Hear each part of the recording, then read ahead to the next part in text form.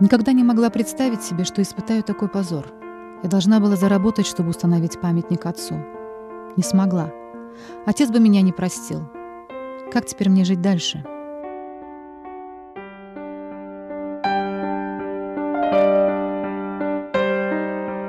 Эта запись в дневнике была сделана несколько лет назад. К сожалению, его автора уже нет среди живущих. Согласно источнику из посольства Кыргызстана в Турции, пожелавшему остаться анонимным, дневник был найден среди вещей девушки, повесившейся в той самой комнате, которую она снимала. С наступлением темноты на улице Масалиева города Аша в ожидании выстраиваются девушки. Да и клиенты не заставляют себя ждать. За полчаса-час можно увидеть, как проходит ночная торговля телом на этой улице. Прознав, что в Аше работают девушки из разных регионов, мы под видом клиентов отправились на место.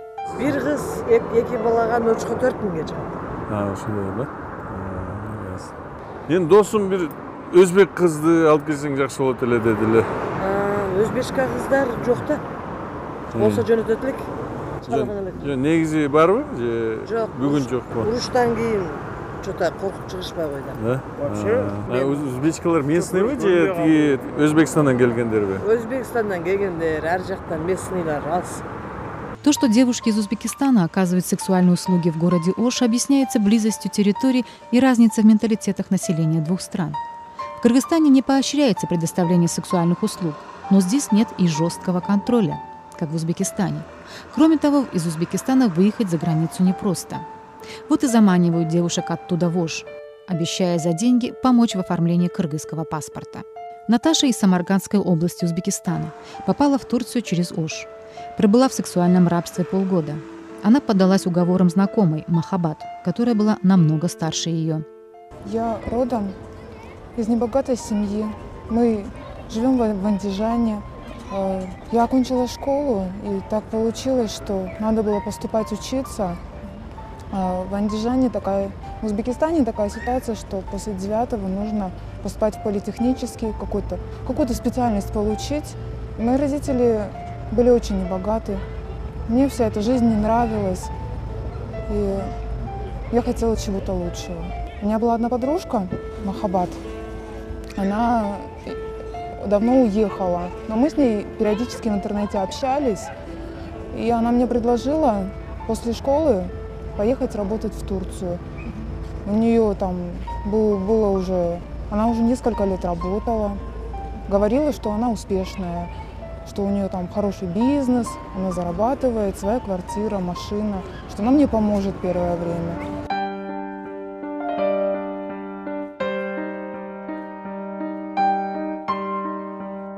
Итак, как только Наташа дала свое согласие, Махаббат попросила ее приехать в Ош, где ей подготовят загранпаспорт.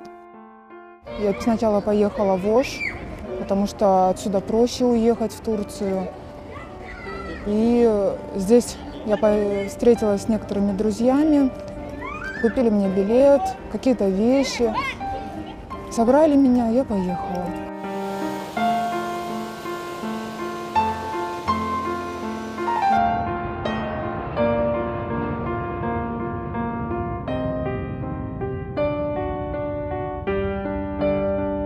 Своенравный характер Наташи дал о себе знать сразу по прибытии в Стамбул. У нее отбирают документы.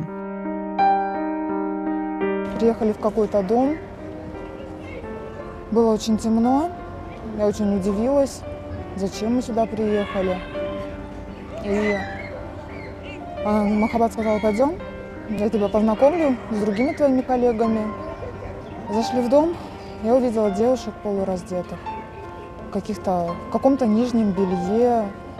Они курили, выражались. Даже там были разные девушки, и узбечки, и русские. И мне другие девушки сказали, что я буду здесь работать проституткой. Через где-то 3 недели появилась Махаббат. Я опять устроила ей скандал: верни мои документы, я хочу домой, я хочу к маме. Она говорит: хватит здесь устраивать истерики, ты знала, куда ты едешь, ты все прекрасно понимала. Я ей объяснила, что я ничего не понимала на тот момент. Потом приехал этот мужчина, я говорю: где мои деньги? Если я работаю, хорошо, отдайте мне деньги, я хочу домой. Он говорит, мы взяли твой паспорт, мы открыли тебе карточку, и на нее будем складывать деньги. Когда ты отработаешь то, что ты нам должна, тогда мы тебя отпустим. Плакала. Он не обращал на это внимания, он сказал, заткнись. Просто поможешь ты помолчать, он мне сказал. Я плакала. Он меня ударил и опять изнасиловал. Он меня насиловал в течение часа. Он даже не пытался слушать, как я кричала. Потом он меня сбросил с кровати, я забилась в углу, закуталась в простынь. Эта мразь повернулась, ушла и хлопнула дверью.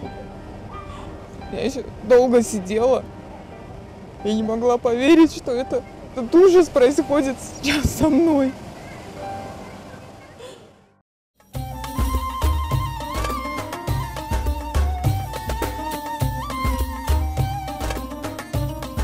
В этом квартале Стамбула полно магазинов.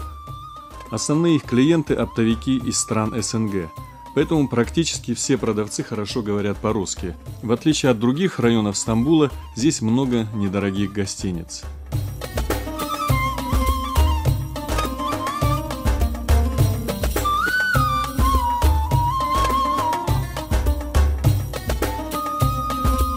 Buradan sonrası Laleli. Bayanların hepsi o tarafta. Hepsi var, hepsi. Her türlü ülkeden kadın var orada. Genellikle şu anda zenciyle şeyler var. Türkmenistan var, Rus da vardır, Ukraynalı da var. Özbekistanlardan da var. Kırgızistan. Hepsinden var. Да, здесь же у нас безвизово. Мы, допустим, приехала, может быть, она в качестве туриста, а дальше она пересекает границу. Мы уже этого не можем, да, мы уже не можем это контролировать. Перестрахуйтесь, несколько раз проверьте информацию. Можно даже обратиться в консульство к нам, позвонить, существуют ли такие компании, да. По данным МВД Кыргызстана, в 2013 году поступило 641 заявление о пропавших без вести девушках от 18 до 25 лет. Многие числились на учете в МВД как занимающиеся проституцией. Почти 50-60% біздің учеттан шығып жатады да. Почти 50-60% пропавших девушек находятся среди лиц, состоящих на нашем учете. Это девушки, занимающиеся проституцией. Много родителей приходят с заявлением о пропаже дочерей и слезно просят помочь в их поиске. У нас есть альбом с фотографиями пропавших. Когда ставим девушек на учет, зачастую они указывают не свои имена. Поэтому мы завели картотеку. Многие из убитых горем родителей находят своих дочерей по этому альбому. К сожалению, и Наташа, как многие девушки, не подавала в суд на тех, кто ее мучил и избивал. Она радуется тому, что вырвалась из этого ада. Один клиент, он приходил постоянно. В один из дней он мне предложил помочь уехать. Я сказала, что у меня нет документов, я не могу уехать, я не могу выйти, уйти отсюда. Он предложил такой план – приехать, что он там договорится, и что он приедет, и мне удастся убежать. Он приехал, и, как всегда, он сказал, что сегодня он хочет этот вечер со мной провести. Мы закрылись. Он мне в сумке принес какие-то другие вещи, чтобы я была незаметной. Когда ему удалось договориться с охранником, что я на минутку выйду, что он мне должен что-то передать, подарок из машины. И он быстро сел, и мы уехали. Он меня привез к консульству. Я попросила, чтобы меня скорее запустили вовнутрь, потому что за мной будут гнаться, меня будут преследовать. Я стала жертвой, меня заставляют здесь заниматься проституцией. Мне сделали какие-то временные документы, я целый день провела там, я боялась даже вот за территорию выходить, чтобы за мной не следили, чтобы меня не нашли. Мне дали денег на билет, деньги, билет домой. Я так боялась ехать домой, боялась посмотреть обратно в глаза матери, кем я там стала, что я там видела. Я не могла вот этого всего ей рассказать. Она Она, наверное, за все эти 6 месяцев постарела на очень много лет. Сейчас Наташа торгует пирожками в городе Аше. Она рада и скромной прибыли.